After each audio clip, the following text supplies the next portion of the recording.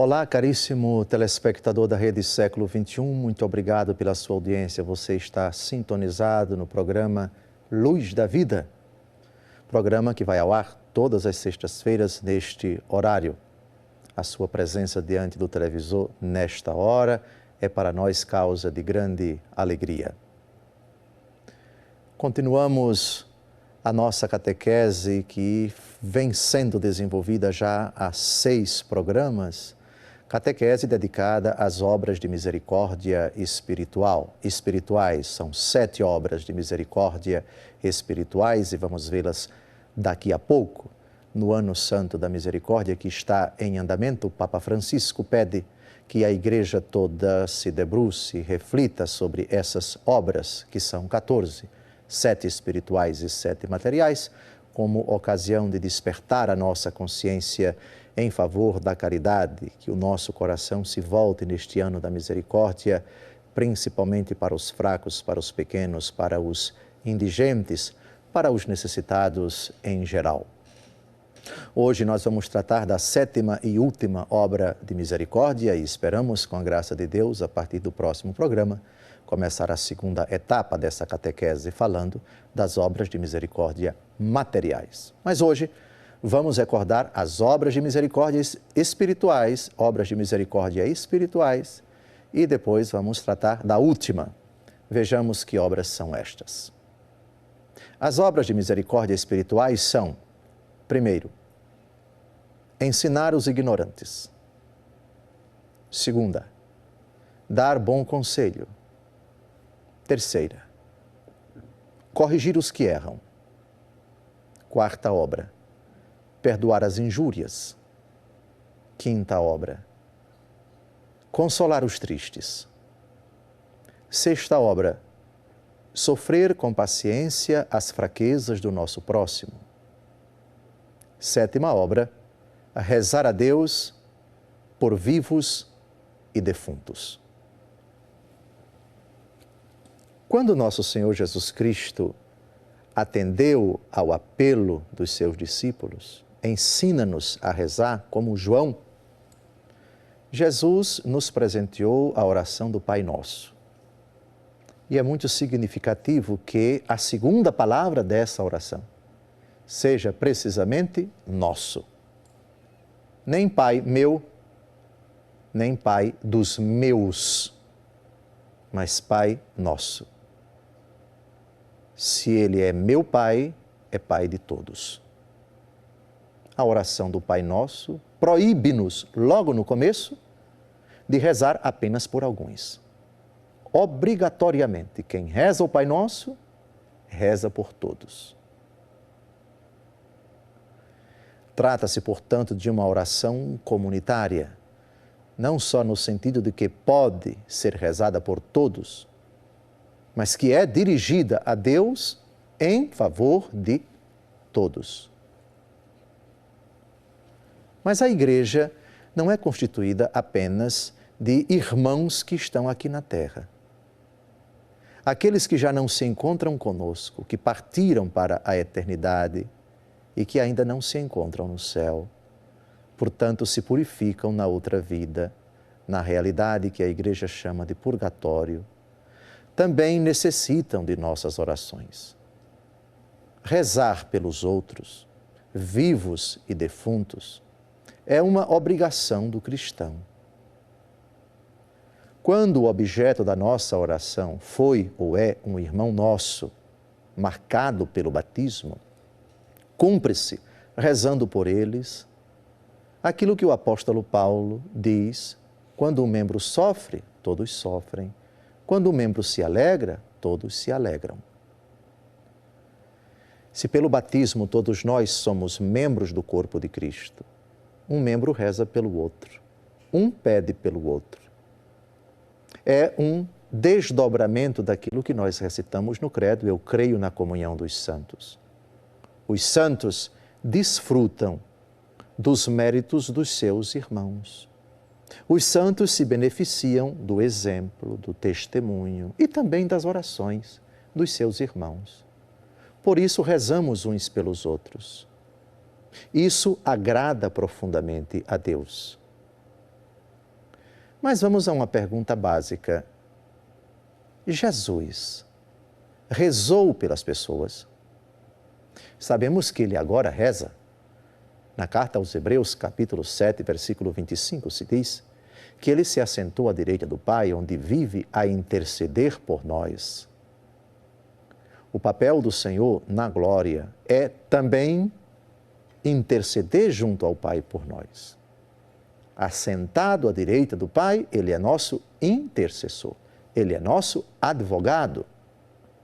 Outro advogado está aqui na terra conosco, o nosso defensor, o Espírito Santo. No céu, o nosso advogado é ele. Reza por nós, intercede por nós, por vivos e falecidos. Mas, e quando ele esteve conosco? Durante sua vida pública, há algum exemplo, há algum testemunho de oração de Jesus por nós, pela igreja? Sim, há, e é o texto que nós vamos ver agora. O capítulo 17 do Evangelho segundo João é todo ele dedicado à oração sacerdotal de Jesus.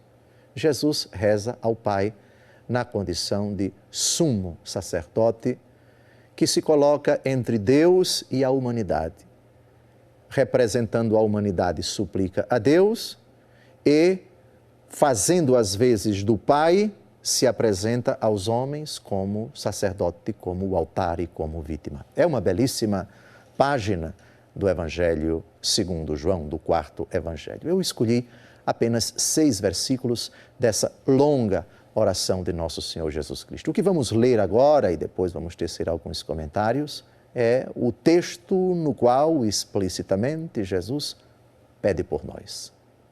Jesus suplica por nós e, nesse sentido, ele revela aqui uma obra de misericórdia espiritual. Está rezando pelo mundo todo, está rezando por todos os homens.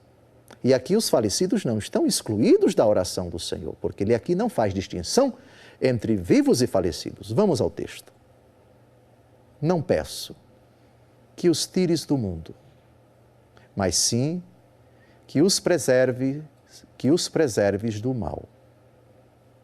Eles não são do mundo, como também eu não sou do mundo.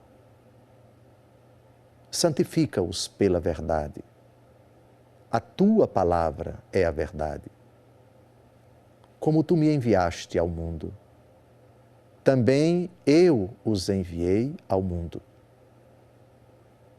Santifico-me por eles, para que também eles sejam santificados pela verdade. Não rogo somente por eles, mas também por aqueles que por sua palavra hão de crer em mim.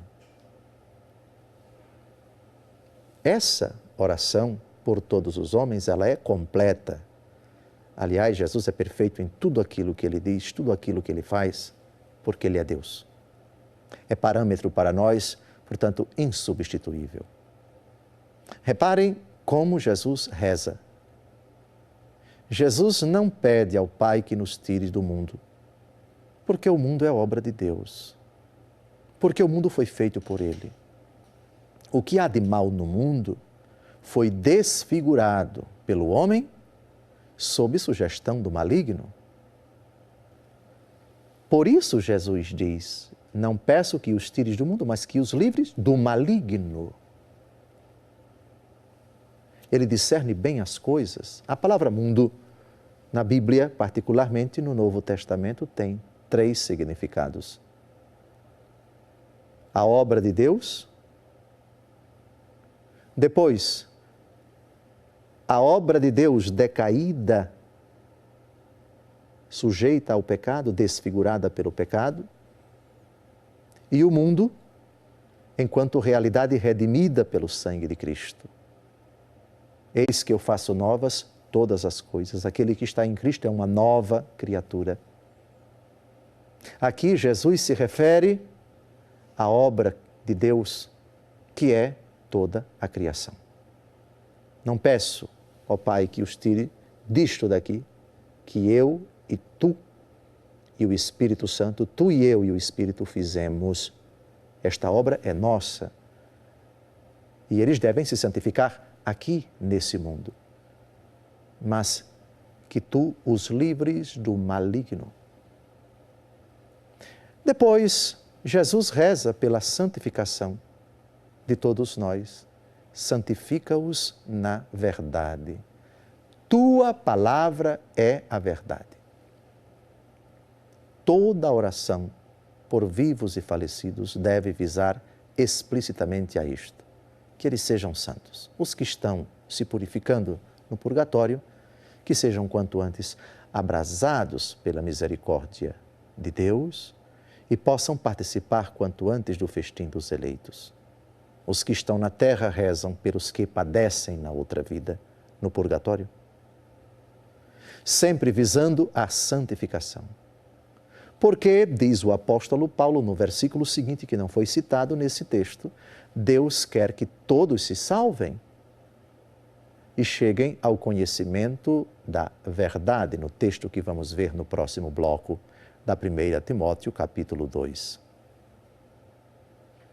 A santificação do homem, a salvação do homem, a conversão do homem, a felicidade do homem, a plena abertura do homem a Deus, que ele se encontre com Deus, que ele eventualmente renuncie ao pecado, tais são os objetos da nossa oração em favor das pessoas.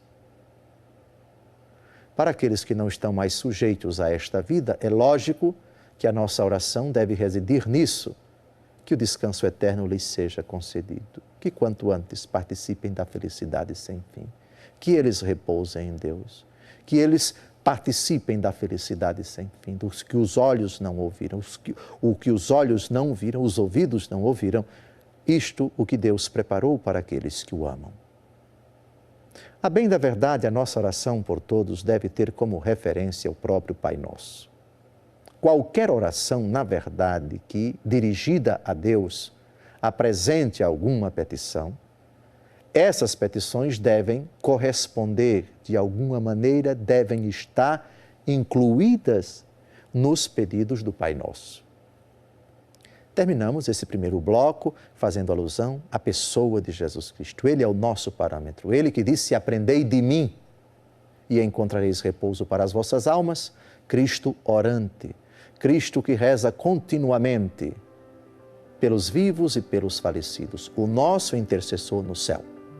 No próximo bloco, continuaremos a desdobrar esse importante argumento, essa importante obra espiritual, rezar pelos vivos e falecidos.